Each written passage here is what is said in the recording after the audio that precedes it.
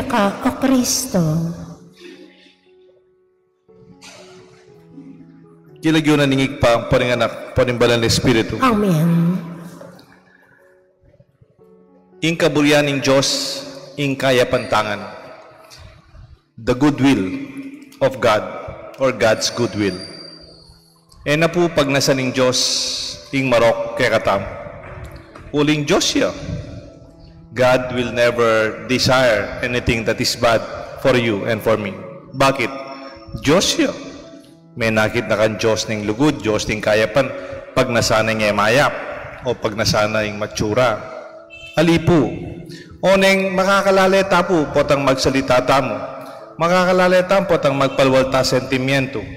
Pota, makayayon, king kaya katang kasalpantayanan king Diyos sa malugod at Diyos sa mayap. Then ako pong halimbawa na madalas kong daramdaman ka rin tao, mila ko salpantayanan king Diyos, Father, I lost my faith. Kasi po malambat kayong panalangin, mipalda ni Mako masakit, pero meteya pamurin. Nya mila ko kasalpantayanan king Diyos. My problem is not solved. Ba't yung problema? Panalangin ke. Pero may kasolusyon.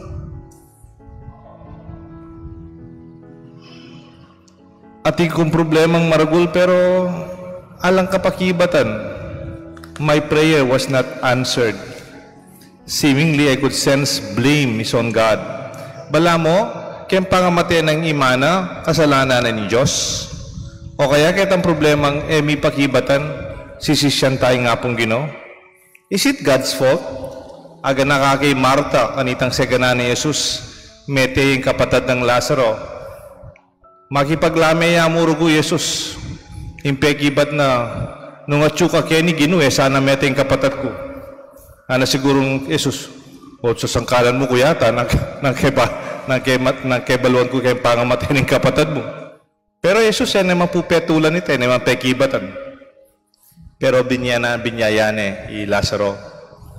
Pwede mo naman itamo. Itang nung itama kakalali, milalakota kasalpantayanan, o kentutuman nalan ako mang kasalpantayan from the very beginning.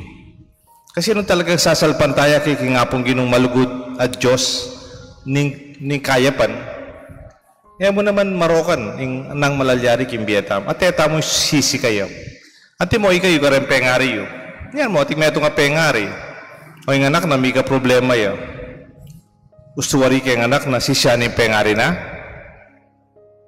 Waring pengari kapag nasana parati yung maging lang mayap ng anak na o maging mayap yung kinabukasan da. Kay ba't at ikan ramdaman na angat anak bala mo kasalanan da rin pengari. Para ka na ako nung ating milyaring mayap kaya katamo, gawan ta na ilugta mo. Gawan tamo yung mayap tamong intention. Whatever our situation is, do whatever you can do. Then ako pong kwento na inidindam kaya nandin maugto. At kung kaluguran, birthday na po nandin paugto. Siguro mga 18, 81. At niya pong asawa nga, ba't itang asawa ko kwento na itang kapatid na. At yung kapatid, Father, na itang asawa na itang birthday. Lumpuya po yung asawa, kapatid ko. Paralyze siya po, lumpuya. Itang patalalakad siya, guguyod na yung bitis na. Guguyod na yung sarili na. Makalat, guguyod na mo po. Lumpuya. Po may garal yung kapatid ko, kasi lumpuya. Pumipunta kayong eskwela. Man po mayaring grade 6. Masakit niya po kasi. Pero Father, kaya kami nga, yan peka makwalta ngayon. Kasi po, may muklat siya pong shop. Maglari niya pong sirang makina, karang sirang motor. Ane po kabisyan po, tang sira larang aircon, sira yung washing machine, o kaya tiko sirang electric fan, gawa na la po. Madakalya po kliyenting asusopan nga, ning kaya na mapupapabayad. Pero kareng kang kapatid ko nga, yung peka matagumpe. Kaya ko na po kitang nambuli sabihan ng matagumpe, nung peka makwalto, madakalapiban dyan. Pero pag maragul na yung kapatid ng lumpo, na ano po kaya linop kayong isip ni Talumpo? Sinisya ng Diyos, Lord, Ot kabait ko, kumakalakad, mapla pa rin kapatid ko, lalakad la. Den kaklase ko, pupulay la. Ako, lumpo ko, kusad-kusad ko. Ali. Nung nano yung atin na, ginamit na, may ginyang mekaniko, may ginyang electrician, may nyamasan niyang miyaliwang sabyan, deng aircon mi keni, ugsemin la sana, semasa na la. Detanggiya kaming gamit keni. Balami, sira na la. Ayayos na la. Igit siya po ita. Nung nanumang atinta mo, yan kaya katamong pasalamatan. Itangala, etarapanin to na. At etamo sisisi kang Diyos. Sasalpan tayo kay Diyos sa mabiye, Diyos sa malugod, at Diyos sa mayap. Kaya ba't po tating malyaring mayap kay biyeta mo? Milalakota kasalpantayanan? Palagay ako, wala na kamang kasalpantayanan from the very beginning. Kasi nung sasalpantaya kang mayapin nga pong Ginoo, malugod yung nga pong Ginoo, tutuloy nga pong Ginoo, nung nanumang malyari kani, gawan mo according to that faith. Lenya po yung ebanghelyo tam. Waring protocol, kanitang minunang panahon ng most recently, potang ating leper, potang ating lepra, kaya ka lumapit kaya karela, di ba? Kaya kalalapit kayong taong ating leprosy, miyawa ko. Bala mo kanitang ating COVID. Muna, kalalapit yung ating COVID, makaya-isolate siya, may lulubang kitang balena, kwarto na, o kayong hospital. Miyawa ka. Pero Jesus, yan tangin nane, Ginoo, nung kaburian mo, apapaldan mo ko, apakayap mo ko. Alay pa masinabi Kristo, tela na ng tabing. He took the risk. At sabihan na, kaburian ko, mipaldan ka. I do will it. Igit siya po yung kaburian ng Diyos, yung kapaldanan. Ang yang niya mismo, pwede yung miyawa. Pero, tigkil na, ba niyang mipaldan. Jesus' time, there was no cure for leprosy. Mapangeni, akwata ng apaulo yung lepra. Deko dano po retang dakala leprosy colony, di ba po? Kanita ting lugar, puros lang lepers. Ngayon, wala na. Bakit? At itana pong panulo. But during the time of Jesus, there was no cure for leprosy. Pangatelan may pwedeng miyawa ka tayo na milako.